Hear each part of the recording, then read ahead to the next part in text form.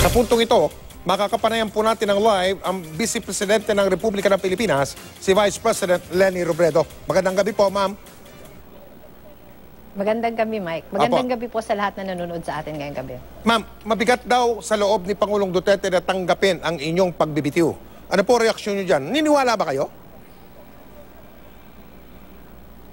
Alam mo, Mike, hindi ko na alam kung anong papaniwalaan. Kasi nung na-receive ko yung text message kahapon, actually nung Saturday pala, yun yung mabigat sa loob.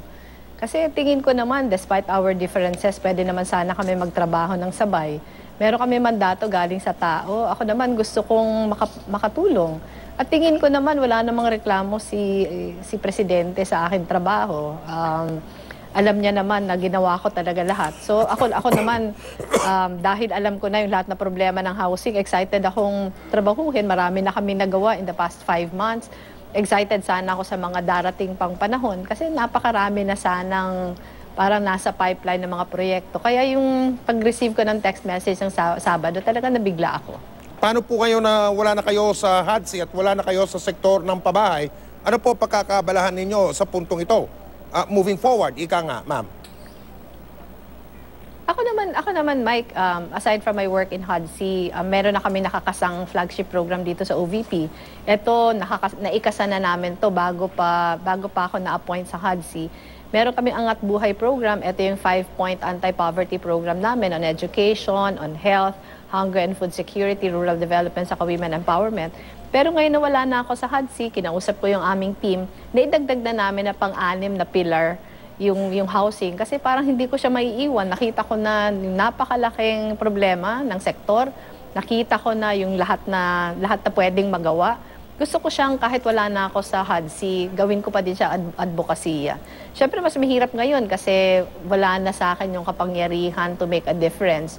Pero parang hindi ko din siguro matitiis na walang gagawin tungkol sa mga bagay na alam ko na makakatulong talaga sa sektor. Ma'am, sinabi nyo na may planong agawin sa inyo yung pagka-Vice Presidente ng Pilipinas. Sino mga nasa likod nito?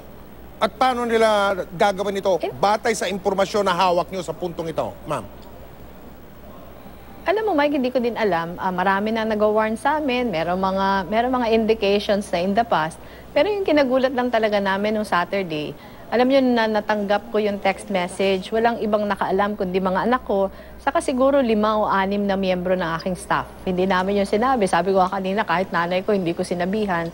Pero nagulat kami kasi even before we made a decision, even before kinausap namin yung ibang tao outside our circle, meron ng mga grupo na pro Bongbong Marcos na nagtitweet na nag-goodbye na sa akin. So yung sa akin lang, paano nila nalaman?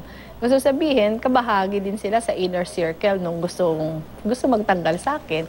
Parang kino-confirm lang nito yung matagal ng warning sa amin na talagang out to get me. Parang lahat na effort talaga gagawin para matanggal ako. Opo, ma'am. Huling tanong na po ito sapagkat napaka-ikpit po ng oras sa live television. Sayang. Marami pa sana akong gustong itanong. Ito po ang huling tanong, Madam Vice President. May balak ba kayo na umabot o ika nga sa wikang Ingles, mag-reach out kay Pangulong Duterte o sumubok na makausap kayong dalawa? Ma'am. Actually, Mike, sinubukan ko na yun kahapon. Tinext ko si Sap Bongo. Sinasabi ko sa kanya na gusto ko sanang humingi ng confirmation from the President. Wala naman kasi akong direct access sa kanya. In the past, yung aming pag-uusap na Presidente parating kay Sap Bong. Pero hindi ako sinagot. Tinawagan niya yata yung Chief of Staff ko gabing-gabi na kagabi. Pero nakapag-desisyon na. Ako, naghintay ako the entire day. Actually, nung hindi niya ako sinasagot, tinext ko din si Cabsec Evasco. Nasabi ko sa kanya na gusto ko sanang humingi ng confirmation from the President. Hindi din sumagot. Parang sumagot sila lahat. Si Cabsec sumagot sa akin gabing-gabi na. Nakita ko almost midnight na. Si Sapbong naman, tumawag daw sa Chief of Staff ko, gabi na din. Nakapag-release na kami ng statement. Kasi sa akin, ang nag-appoint sa akin yung ating Pangulo, gusto ko sanang makausap. Yung akin nire-request sana sa opisina ni Cabsec, kahit hindi ako kausapin, sulatan man lang ako para alam ko kung bakit ganon. Pero sinabi sa amin na out of the question daw yung pagpadala ng sulat. Kaya ako naman, I think I did everything that I could para mag-reach out. Ma'am, nagpapasalamat po kami sa binigay niyong panahon dito sa 24 oras. Salamat po. Magandang gabi po sa inyo.